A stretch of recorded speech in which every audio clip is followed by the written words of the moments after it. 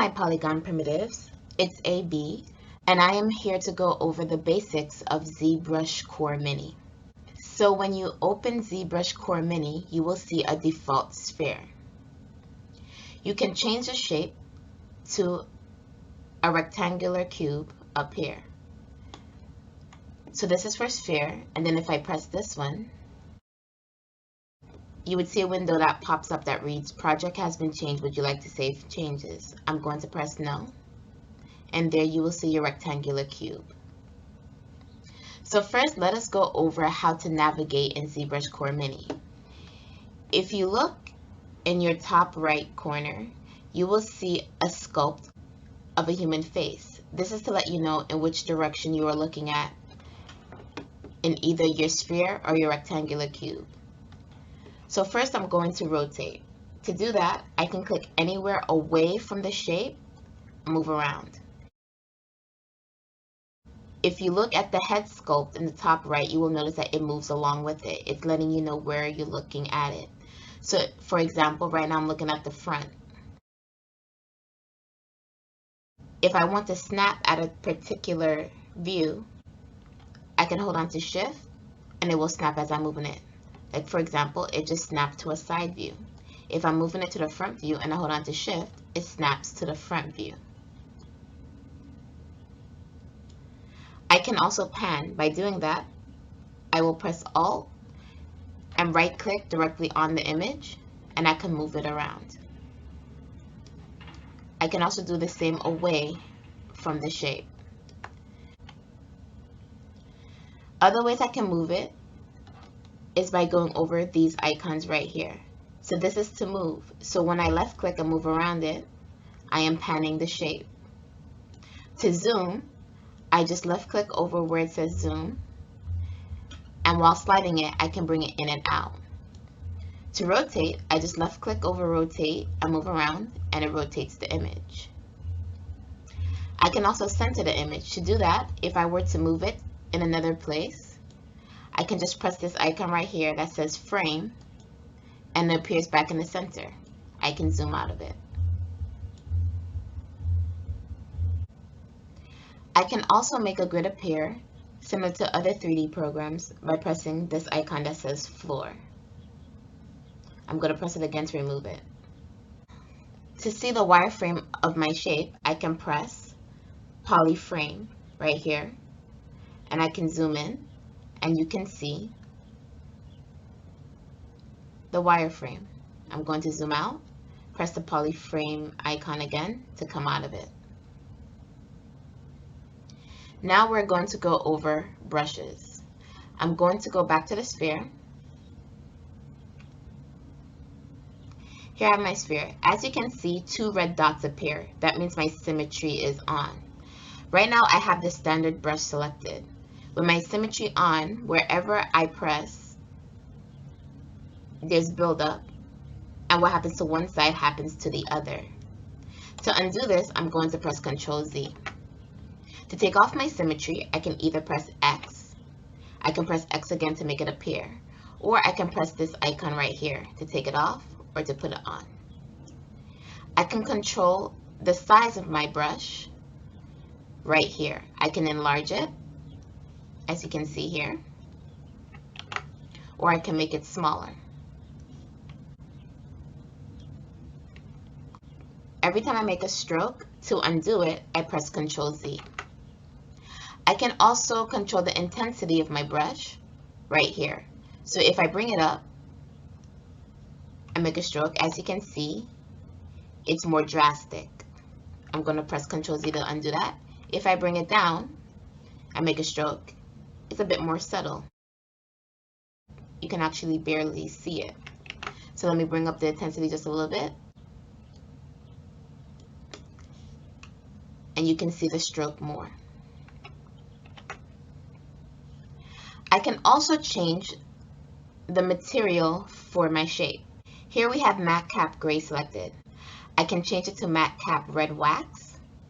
I could change it to basic material, to gold, skin shade 4, toy plastic, flat color, and silver foil.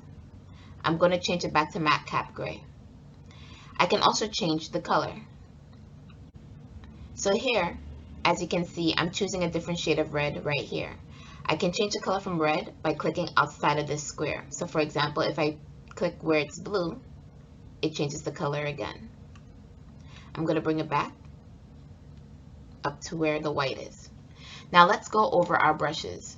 Right now I have the standard brush selected. So this is the standard brush. I can also do clay buildup. As you can see, clay buildup is similar to standard except it's more square.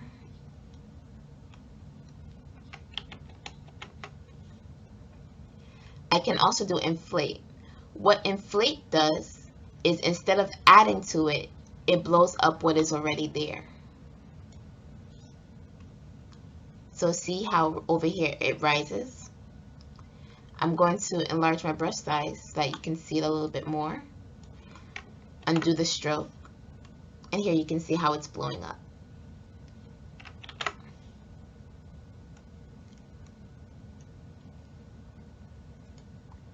We also have the pinch brush. The pinch brush is a stroke which is a little bit sharper. Here it's a bit subtle, so I'm going to increase the intensity. And you can see the pinch. We have the move tool. And for the move tool, what it does is you can move any part of your shape. So for example, I can move this part out. You can make it look a little bit like a star. Another brush is the snake hook brush.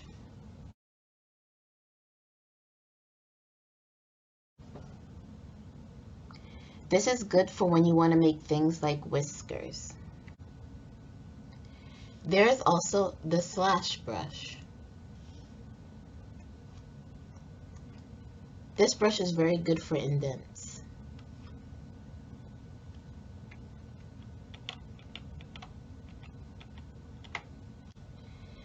Then there is the polish tool.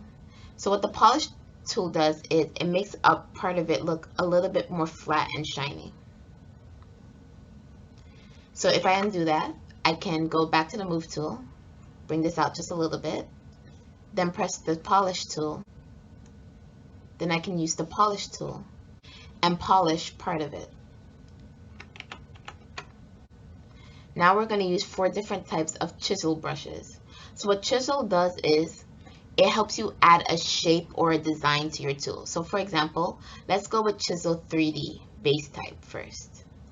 When you click on it, you're going to see different types of shapes here. For example, you see different noses, snouts, mouths, eyes, and ears.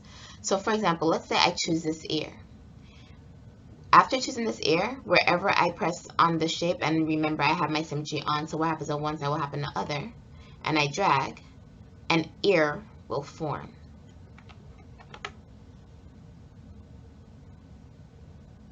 The same thing with the nose. So I'm going to press X to take off symmetry, just for there to be one nose, and just drag, and here you'll see a nose form. Now we're going to go to Chisel Creature. So here we have different types of ears, eyes, scales, different things for creatures. For example, we have this sharp tooth right here. So I'm going to drag over here, and you see that tooth sticking out. We also have this spiky ear. I'm going to press X for symmetry again.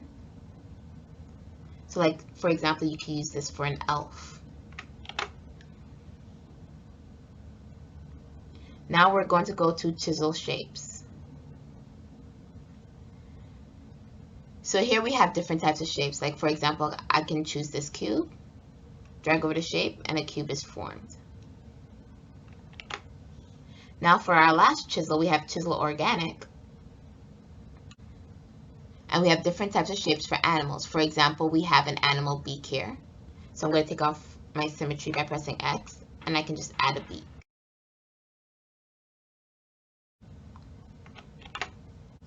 I'm going to go back to my standard brush to show you how to smooth. So after making some brush strokes, I'm going to bring up the intensity to make them more intense. I can also smooth this out. To do that, I hold on to Shift, and then it starts to smooth out. While holding on to Shift, I can change the brush size. And as you can see, it's more drastic. I'm going to undo that. To make it less drastic, of course, while holding on to Shift, I can bring down the intensity.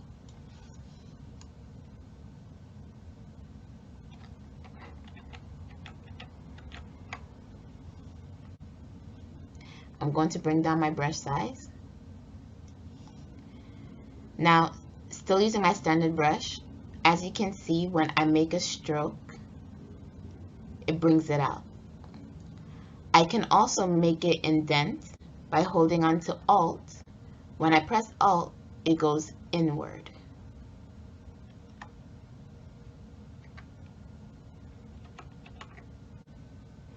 After making a sculpt, I can save it by either pressing Ctrl S or pressing this icon here.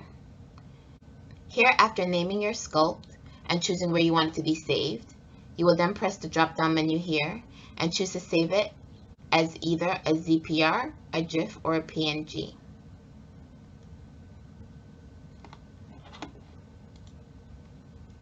After saving it, if you would like to open a ZPR file, you can just press Open Project here or press Ctrl O.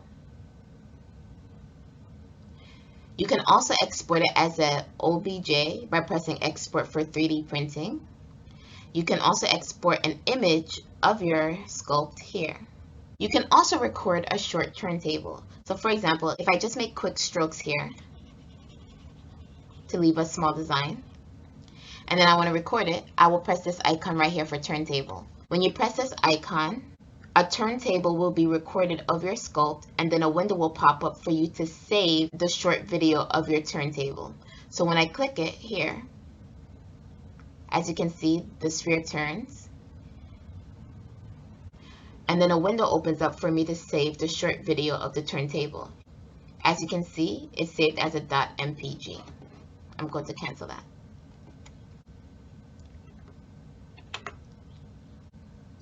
So those are the basic features of ZBrushCoreMini.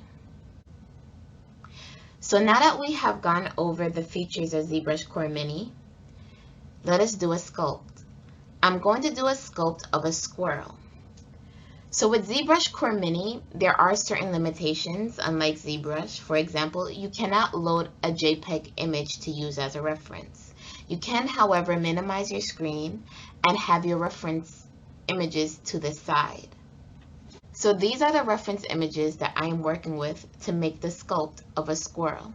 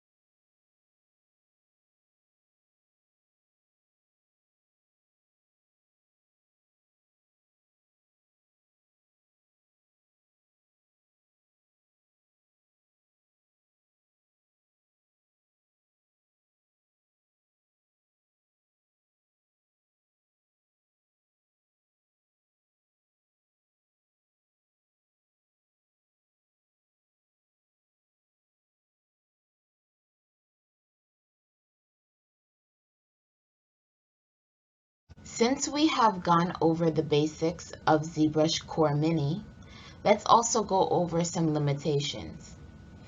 Unlike ZBrush, there are certain things that you cannot do in ZBrushCoreMini.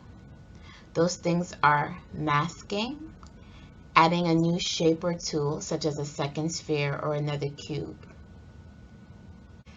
And you also cannot load an image directly inside the program. Also, ZBrush has a wider selection of brushes. However, ZBrushCoreMini is very good if you are a beginner and 3D sculpting for the first time. It is a free program, and so it is very good to use to understand the basics of 3D sculpting.